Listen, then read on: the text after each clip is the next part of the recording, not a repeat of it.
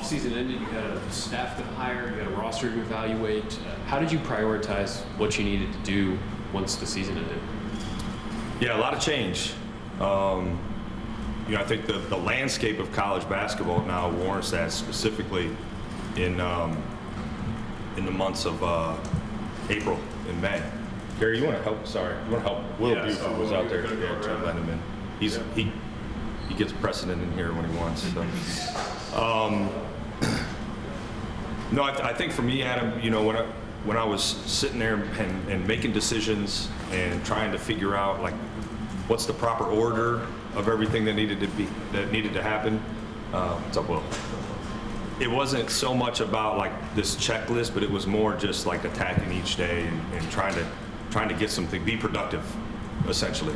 Certainly the staff component was important and getting some help, but you couldn't not recruit, roster management, all those things. So it was a blur. People have asked me a lot, like, okay, what's the biggest difference? There's certainly added, stress, pressure, whatever it may be, but there's also, like, I'm having a blast. It's been a lot of fun. I'm excited about this group, really excited about our staff. We can talk in more detail about that when you guys are ready. I'm excited about our roster. Like, it's been a fun spring. So when it comes to the roster, how much did you want to change things up, and how much did things change? I guess, how much did you prepare for how the roster ended up becoming, and how much did you have to adapt to as things progress? Yeah, you have to be able to adapt. We certainly wanted to, I think, structure the roster that fit a little bit more the style that we want to play moving forward. But yeah, you have to adapt, and you can't. I think the thing is, you can't take things personal. You got to be able to move on quickly. This is the Ohio State University. There's a lot of really, really good players that want to be a part of this program, and that's certainly a perk of being here. But adapt is a good way to put it, and you got to be able to do it quickly.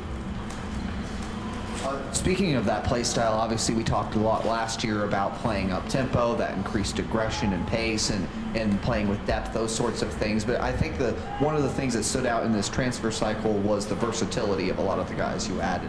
John Stewart, Aaron Bradshaw, Michi, Micah, these are guys that can do a lot of things on the basketball court. How important of a factor was that in your transfer portal additions? Yeah, versatility is important. I think it makes us harder to guard, and it allows us to be a little more creative defensively. So we were intentional about that. And the other thing we were intentional about, all four of those guys were in the NCAA tournament and won at a certain level last year. So that was something I'm really excited about, their experience. I mean, Micah played in the national championship game 2 years ago on a Sweet 16 run. Michi's, helped lead South Carolina to a best season they've had in a long time. And Aaron and Sean, for being young players, to be able to get NCAA tournament experience is really valuable. So I love that component of it too. Certainly the versatility, but yeah, I think the winning is important as well. And then, as it looks right now, one scholarship left open. What are the plans for that spot? Yeah, the plans are to fill it. I can't get into too much detail on that right now, but yeah, the plans are we're trying to fill that and being really intentional about that. You mentioned staff changes. Can you kind of go through what you liked and kind of how each guy fits into your bigger plan that you added? Yeah, so if you look at our staff, much like the guys we brought in through the portal, they're all coming from winning programs, and they've won at a high level, and I think that's really valuable. Joel coming from NC State and the run that they went on, his experience will be valuable for us. Jamal coming off really I guess there isn't much arguing, the best 3-year stretch in the history of the school, and certainly his experience in the Big Ten was important. Taylor, Northwestern, unbelievable success both in our league and in the NCAA tournament, best really in the history of the school as well.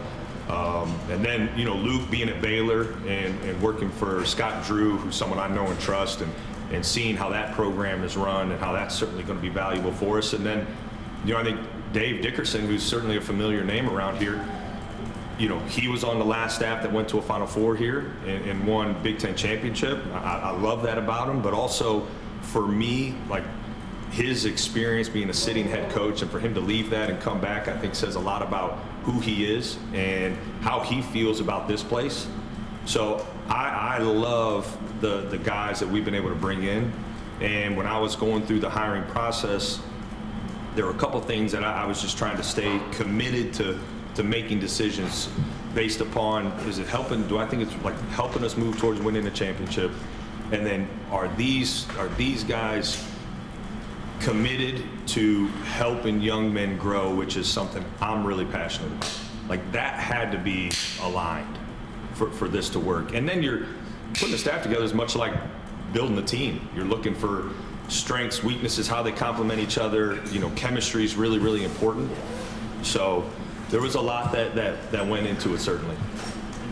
You just kind of went through it, but varying levels of experience. You know, Taylor is recent into this. Some guys, Dave has been doing it. You as a first-time head coach, how much did you want to have that different levels to kind of, especially different guys who have been doing different things, to kind of bring new ideas and whatnot to it all? Yeah, it was really important.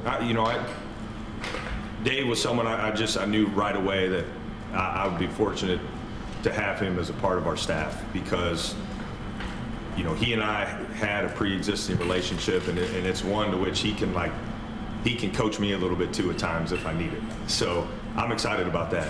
But what he's seen throughout his career, I think is really, really important for us, and he can lean back on different experiences he's had and how that can certainly serve our players well, but also our staff well. And then, you know, again, I think anytime you hire, you're also to some degree hiring, right, guys who are bringing a knowledge from their respective programs, and I think we hit it out of the park, you know, in regards to that. So I think it's great. Taylor, you know, yeah, he hasn't been an assistant for an extended period of time, but man, was he a good player in this league, and he's won in this league as an assistant coach, which I think is really important. And there's certainly, in college basketball today, there's a relatability factor that's critical, and I think him still being able to get out onto the court and you know, spar with guys a little bit will be valuable. But I'm really, really excited. I can't even begin to tell you how excited I am about this staff. I think we there's already a natural chemistry that's been forming, and it's been good to see. And obviously Chris did offensive coordinator, sort of defensive coordinator. Are you planning to set up similarly, or have you kind of already put in place how the roles of each guy in terms of on-court stuff? Yeah, it'll be similar to some extent. You know, it's not just working for Holt, but the guys that I've worked for throughout my career all ran their programs similar to that. I think there's a great deal of value in that. Specifically in year one, I'll probably maybe have a little stronger voice in you know, multiple aspects of that. But you know, I think also making sure that I create room for our staff to utilize their strengths will be important. So the structure will be somewhat similar. There will be some differences and changes, and a lot of it is to kind of fit my strengths and weaknesses too. So I want to still be on the court. I want to still be a part of skill development. Like that's important to me. That's why I hope this goes quickly so I can get back to the gym today. But no, we have some really, really great personnel on our staff. They got to be able to, you know, utilize those strengths certainly, and part of that's my job to make sure they can do that. Jake, do you find it crazy that you've only been at this since February, as fast as it goes? And what's been the most challenging part of the adjustment? I think making a lot more decisions. You know, as an assistant coach, you kind of have the luxury to, most all your ideas are really good, because part of the time you don't even get to know if they would have worked or not. You just get to assume, right, that they were great ideas and you got hindsight and things. But I think that's been the biggest difference for me personally is there's a lot of, like, you're making decisions just constantly. And the other thing that shifted for me a little bit is just in, again, full transparency, like my mind doesn't shut off. Not that you really had a lot of time as an assistant coach to, like, you didn't get a ton of time off. What's up, Keith? But I just find myself constantly thinking about what's next and thinking about our players, thinking about our staff, thinking about our staff who's trying to relocate, thinking about our players, how we're going to build chemistry. Like, it's just like my mind just doesn't stop. So that's been an adjustment too. I feel like I've kind of settled in there to that component a little bit, but that was different, starting off those two things.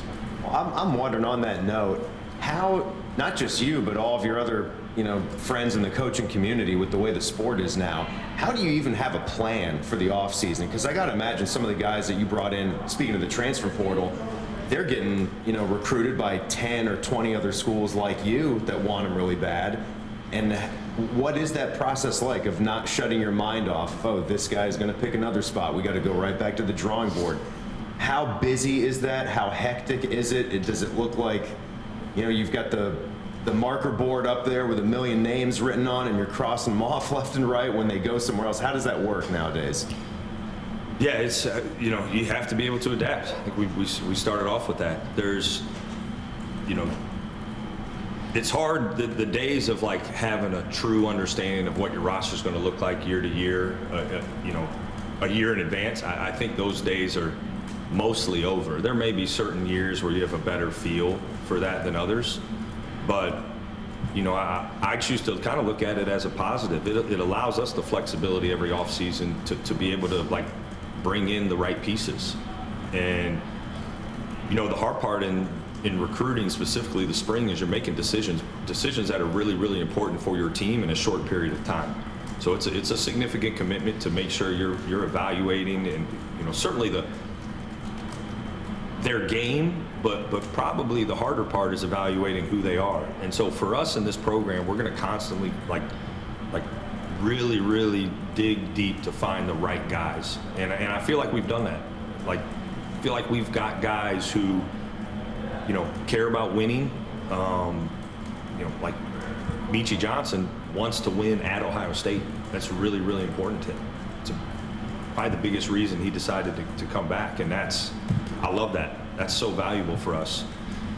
But the difference is now I think we have to be, as a staff, even more intentional and spend even more time building relationships with our guys, solidifying that chemistry, both that crosses that line of player and coach.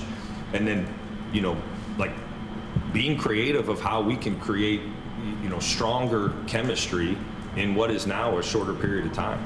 And you just got to find a way to do it between when they get on campus to the time the season starts. And honestly, it's going to continue to grow throughout the season. So, but you can't, like, I think the days of summer are kind of, we'll be a little more laid back, or it might, can't do that anymore. We got to build a great chemistry. We have great guys. I think we're going to be able to do that. By the way, how cool was it getting the call to throw the first pitch out at a Guards game? And do you want that one back?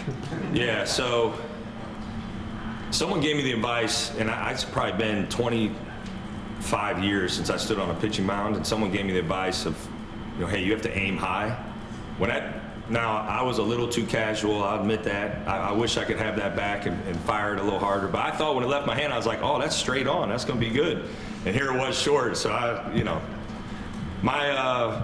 I had some people close to me who gave me a rough time for that. But no, it was an unbelievable experience. I think the best part was being up in Cleveland, seeing the reception and the love for Ohio State and for our program. That was the best part. Certainly standing out there was something I'll never forget, but I think more importantly, just the excitement around the program and certainly the love for Ohio State in that part of the state was awesome.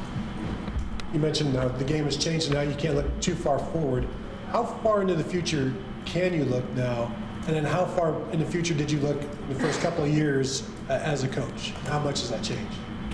Yeah, I think it's changed. I think, it's changed how you structure your roster, and it impacts recruiting, certainly. We're going to always, I anticipate us always having a balance of bringing in, high school players and complementing the roster with transfers and certainly impactful transfers. But it's hard for me to see a time right now, the way the landscape is today, of the days of having like five-man freshman classes.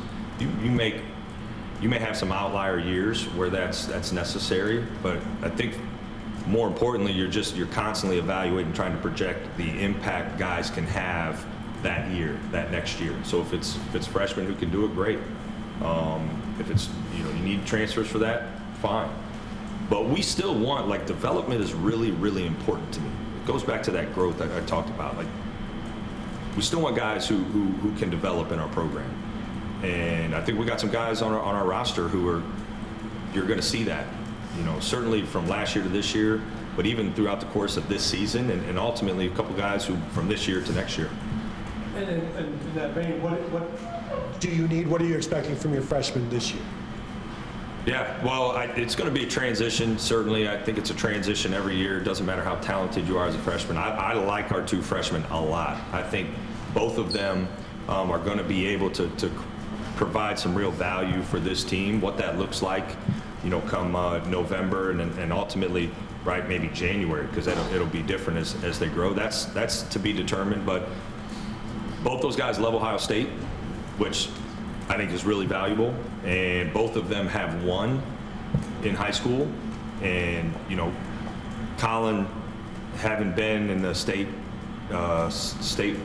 really final or semifinals for 4 out of 4 years it's unbelievable.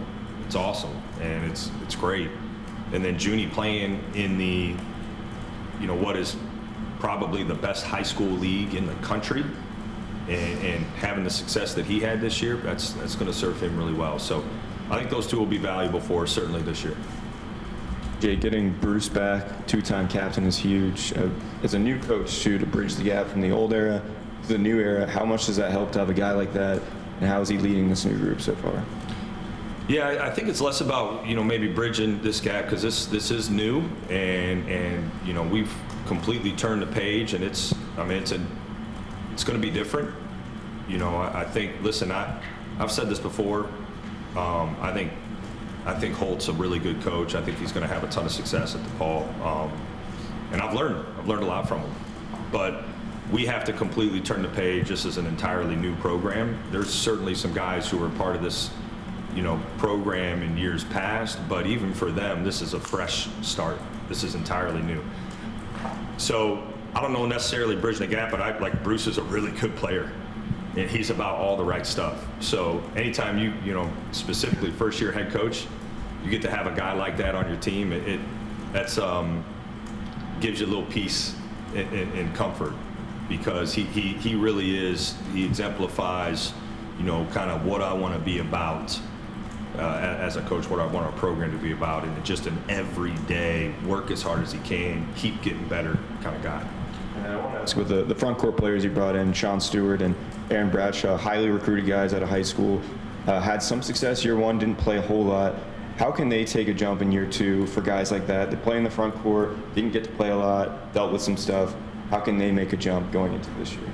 Yeah, I think, one, their experience and knowing what college basketball now looks like and feels like will be valuable. I think if you look at the last 5 to 10 years, even maybe going back a little bit before some of the COVID year stuff, you saw really talented freshmen who stayed into their sophomore year. You saw guys kind of across the board make significant improvement. So both those guys work really hard, and that's why I'm confident they're going to be able to make a jump. But I also love the fact that we have a veteran backcourt, and I think that's an important component too, that will help the transition from them going from maybe a more limited role to a significantly increased role. They're very talented players. 2 McDonald's All-Americans, on our roster, I think is certainly a great thing for us. But they don't have to do it by themselves. We got some really good veterans, in that backcourt that I think will help that transition for them. Yeah, you mentioned before when you were in Cleveland how you got a pretty warm reception. So I'm just kind of wondering, in Columbus, what has the response been to fans? Do you notice maybe when you're walking around in town, more people recognize you and then say hi? What has kind of been the response from Buckeye Nation fans, as you as men's basketball coach? Yeah, it's been great. It's different. It's different, but I tell you what, I love how passionate our fan base is, and I love how much they care. And so people coming up and saying how excited they are for next season and our program, and people who have told me they've gotten season tickets who didn't have them before. Like that stuff's great. Now, when I got my few coffee spots I like to hit in the morning like that, it's changed. I can't sneak in there anymore. It's sneak in and out, which is fine. I mean, I've met some great people. I've heard some really awesome stories. People who have been lifelong Buckeye fans, or people who have moved into the state and are now Buckeye fans. But the reception's been great. But I think it's less about me and more just about the excitement surrounding our program. And so I've enjoyed that. But yeah, it's different, but it's all good. With that kind of stuff, like you mentioned how it's different, like do you reach out to maybe other coaches, like men's basketball coaches or women's basketball coaches, and kind of ask like how to deal with all that and just deal with being head coach in general, or is it still kind of you're just learning on the fly? Yeah, no, I have. I'm fortunate to have some great mentors in this profession. Some who have been a head coach for a long time, some who haven't been a head coach very long, and I think leaning on them and asking questions is really important. But the common denominator is just like the common advice is be yourself. And I kind of like some of my morning routines, and I don't want to change those. And I thought for a time, do I need to do something different or change? Like, just want to be myself. And I like I'm a foodie, so I like to go out to eat. I like to do all that, and I don't want to change that. And I think it's a privilege to be in this position, and part of it is being accessible to fans and people who support our program. So it's been a lot of fun.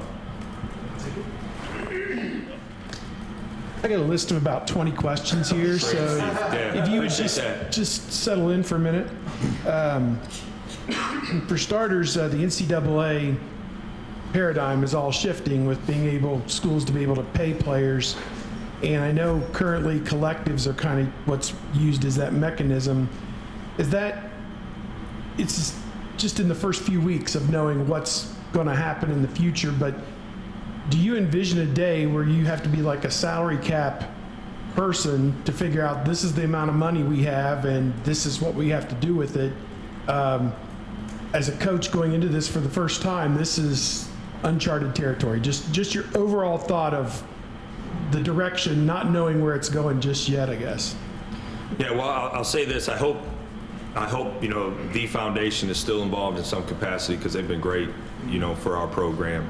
So I'm really appreciative of the work that they've done and the way that they've, connected our program to the community in a way that probably has never been done before. So I hope that still exists to some degree. It's hard to anticipate what it's going to look like, but I say this with great confidence. Certainly the foundation that Gene Smith has laid, but as Ross transitions to leading us, like, I'm very confident we're going to be leaders in this space, and that's exciting. And listen, I think it's valuable for us that I haven't been a head coach for a long time. I'm not set in these certain type of ways that maybe the way it used to be. I'm old school in nature in some things, but I'm excited about where the landscape is heading, and I'm excited about Ohio State helping lead that way. So we'll see what happens. There's not a lot of details yet. Just we all know there's going to be a lot of change. So we'll embrace it and see where we're at here maybe this time next year. The way you've set up the roster, it looks like there's, other than Bruce, who you would figure, one would think is going to be very important given everything he's done in 2 years. The other 4 spots, it looks like you've got 2, maybe 3 guys lined up to compete for each of those spots, and nothing's really set. Just that had to be deliberate to figure out how can we breed competition at these other spots. Is that what you looked at when you put the roster together, I guess? Absolutely. We need talented players here at Ohio State, and the more talented pieces you have, I think, the higher the ceiling of the team. Now, certainly, role definition and chemistry and all of those things are going to be really, really important factors. But I love that there's a healthy competition going into this season, based upon the way our roster's been able to shape up. And I go back to like some of Thad's teams, like that was the way some of his teams were. Like you had you know, I think Bags just actually talked to Deshaun Thomas this morning, and think of the freshman year, you know, he had, and he was certainly a, you know, pretty sure it was McDonald's All-American if I remember correctly. Good player, but didn't get to play much. there was a lot of, you know, that competition. So I think it's great. We got competitive guys, so it'll be a good thing for us. You touched on Stewart and Bradshaw a little bit. Those two in Parks, how do you kind of, looks like 3 guys for 2 spots there. Just how do you kind of envision that shaking out? The best players are going to play, obviously, but just what's your thought about early on how those roles might shake I out? feel like you got some thoughts on that, Steve, based on this. I don't. I'm good with it. No, listen, I think, again, the versatility we spoke about earlier is going to be important, and it allows us a great deal of lineup flexibility, you know, where we can shift guys around. You know, I've challenged some guys to really expand their game this offseason and to be able to play multiple positions so that going into, you know, games, we can make some adjustments with our lineups to be able to shift guys to different positions. So I don't know if it's necessarily 2 or 3 guys, could be 4 or 5 by the end of the summer, Steve. I think that's the exciting part about this team. And a lot of that's going to play out certainly this summer and throughout the fall. And I think it'll, you know, even throughout some of the season. I guess last thing I'll ask for now, just schedule-wise, is there a game at Texas A&M as a return for this past year?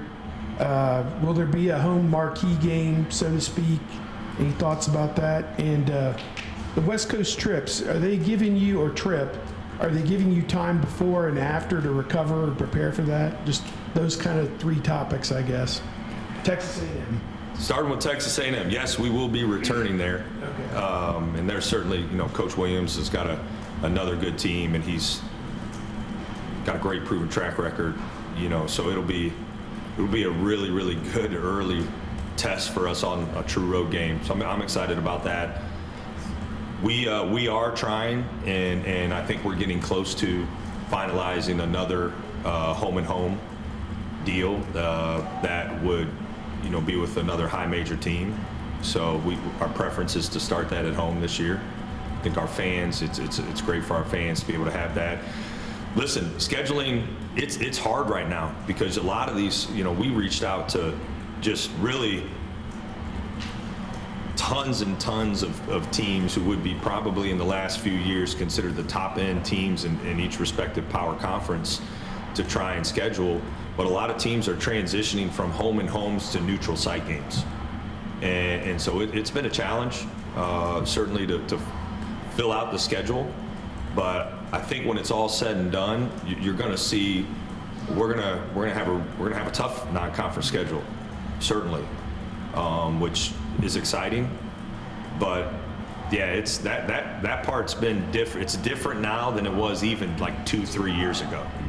In this where a lot of teams are fighting to get these neutral site games. So I would love, just, you know, moving forward, I'd love to always be able to have another high major opponent in our gym. I don't know, Steve, if it's going to always be able to work out that way, but our intention is to do that. And just West Coast, Yeah, sorry. What's the Big Ten kind of come up with in that regard? So we're going to LA. We know that. As far as how many days are in between each game, what the game before that trip or the game after that trip looks like, we don't know that yet. I think the league is they're really working hard to certainly have a competitive balance and all of that, but find a way that, you know, that helps the student athletes first and foremost the most. We'll get that information more probably, I would imagine, either later this summer or early into the fall.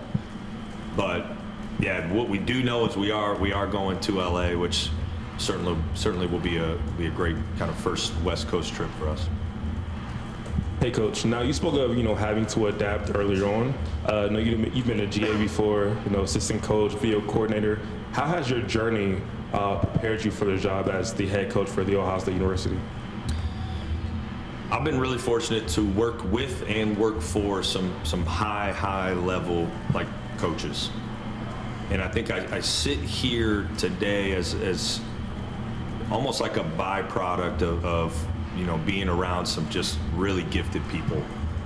But having started, essentially as I think the formal title back then was student assistant when I first finished playing, to now being head coach, and really essentially having worked in every other aspect in between at a different time in my career, I believe is really valuable.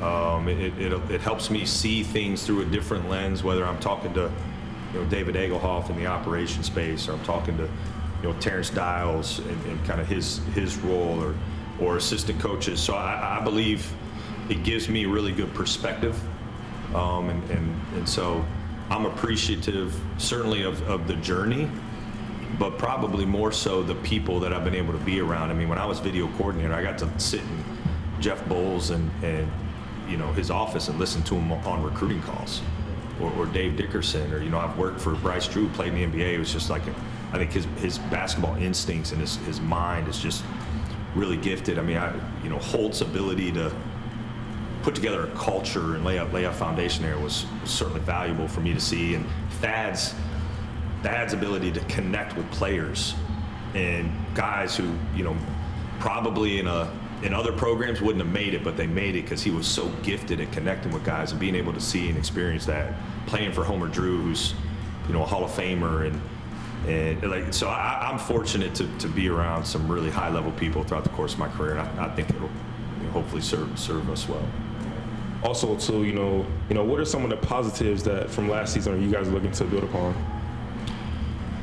Yeah, well, I think that experience for me validated some things that I had in my mind as to what could work as a head coach. So for me personally, the relationship aspect, I have to be intentional about making sure that those are really, really strong. So I've been asked, okay, that sounds good, right? How do you do that? Well, I think some of it is being really active in recruiting, right? There's a relationship that's formed in recruiting that's really valuable. It's a big reason why I was able to have such good relationships with players when I was an assistant coach. But then it's also being on the court and like sweat equity, being in the gym with guys.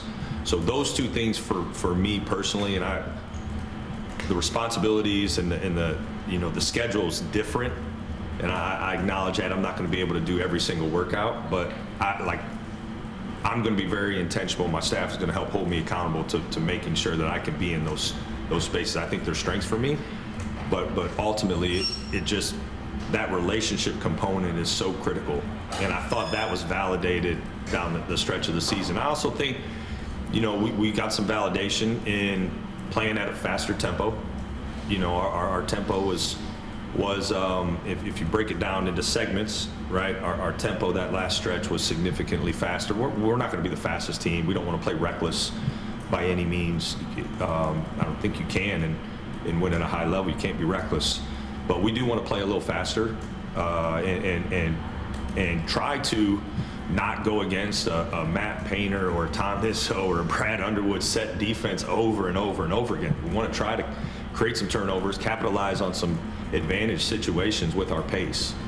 So those were things that I think I learned, and also it was in what really was a tough time for our program. Also was reminded of just how passionate and is our Buckeye Nation is, and that was awesome to see. So I'm really excited about, again, the support we've experienced, between kind of then and now, whether it's out in the community or whatever. And I think moving forward, I'm excited to see what that looks like here in our arena. Hey, Coach, how's it going? First off, did you have fun at the memorial yesterday? I was going to say, I just saw you. Yeah, that was me.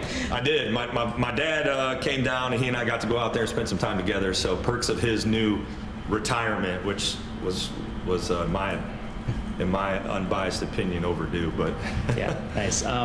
Speaking of dads, well, Father's Day's coming up, and I know you're about to be a dad again. I guess, how does being a dad make you a better coach? And specifically, how did it change your perspective in coaching when you first became a dad? And how does, with an ever-growing family, prepare you better to be a head coach?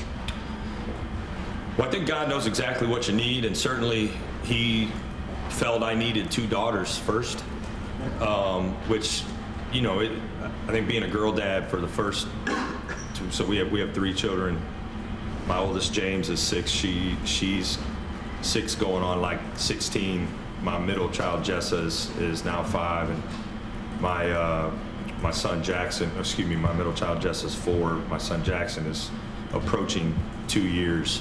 But I think having daughters first it certainly gave me a different perspective. I have obviously just brothers. My wife has just brothers, so I just assumed we were going to have a boy, but God had other plans. I think it's also, I think just that's helped me connect with guys in a different way because I view it through a different lens sometimes. Now I can view, like I go watch my daughter play soccer and I'm trying to, in my mind, like be a parent, right? And no parent can see like unbiasedly, right? There's always a little bit of bias, and I fall victim to that at times. So I think understanding how parents view their children has been valuable. I think, you know, now having our guys come around our family and see me as a husband and a father. They saw me as a husband before, but now they can see me as a father. I think it's helped strengthen, you know, relationships.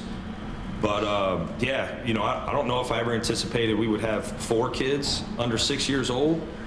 If that probably gives you just the fact that our family is able to function, gives you an idea of just how special my wife is. But yeah, family's really, really important to me. Certainly my family, certainly the family our players, you know, come into our program with, but the greater family of this program, like it's families in our locker room. We say family when we break huddles. We did that down the stretch of the season.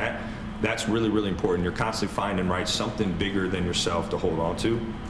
We've had some success with that, and we got to keep doing that. And certainly guys being around our families, our staff families, is an important part of it. Let's go 2 follow-ups.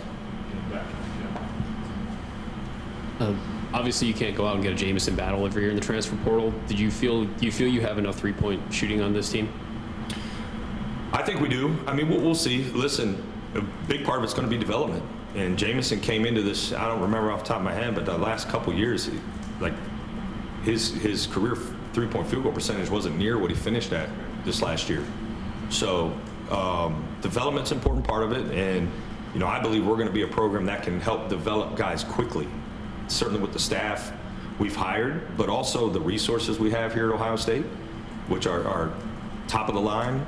So I'm excited. You know, the guys we brought in, certainly Michi, I think he's going to be able to be a threat. You got to guard him kind of way out there at times. Junie Mobley, in my opinion, was one of the very best shooters in the country, regardless of class. You know, Bruce, I'm expecting him to take a jump, and he's certainly capable. He's had multiple games where he's made multiple threes. And, you know, I think some of our guys with size, the way we're going to play, there's going to be some more spacing, and there's going to be opportunity for them to shoot. So I like the pieces we have. You know, it's hard to predict. I don't know that anybody could have predicted Jamison was going to go from maybe low 30s to low 40s in a season. And our guys certainly have the permission to do that. We'll say would love for them to do that, but I think we do. I think Devin Royal's a guy who's improved. We worked really hard on that this spring, and he's showing some real improvement in that. So I think we do. It's something we'll monitor certainly, but I'm confident in it. Do you come into the summer like healthy? Is everyone ready to go? Is you able to get workouts and things going? Yeah. So we're getting started this week, and everybody's ready to go. So that's exciting. And then just kind of big picture, but as you're sitting here with the trophies behind you and stuff, you've not been shy about talking about wanting to chase championships. You've mentioned that in multiple interviews, and coaches that you've hired have talked about that. Your players have talked about that. Why is it important for you to publicly embrace that in a way that really hadn't been the case around here for a while? I mean, I appreciate what this program has been, and I got to see it from certainly a very intimate spot when my brother was here. And so we're not going to, like the standard here in this program is just that. Like, we're not going to lower the standard because maybe it's year one. Like, we'll see what happens this year. You know, just because we talk about it doesn't certainly guarantee that we're going to be able to do it. I think we got great pieces. I think we have the personnel to like really take a jump. this year. But the standard's a standard, and that is competing for championships. That's the way this program has been. That's the way this program is going to be moving forward. We feel a great deal of responsibility to help push that. But like you see guys like Will Buford walking through here, the guys that are going to be coming around here this summer, like that's why I want them around, because they lived it. They walked these halls when they were cutting down nets, and that's what we're striving for. And we're not gonna shy away from that. It certainly doesn't guarantee anything, you know. But I think for our guys to know that, hey, this is where we want to go, we need to, like, there's got to be reminders of that. It'll be hard. We're going to face adversity. But I think just if we can lean back to, like, hey, this is why we're doing it, that's going to help us fight through that adversity.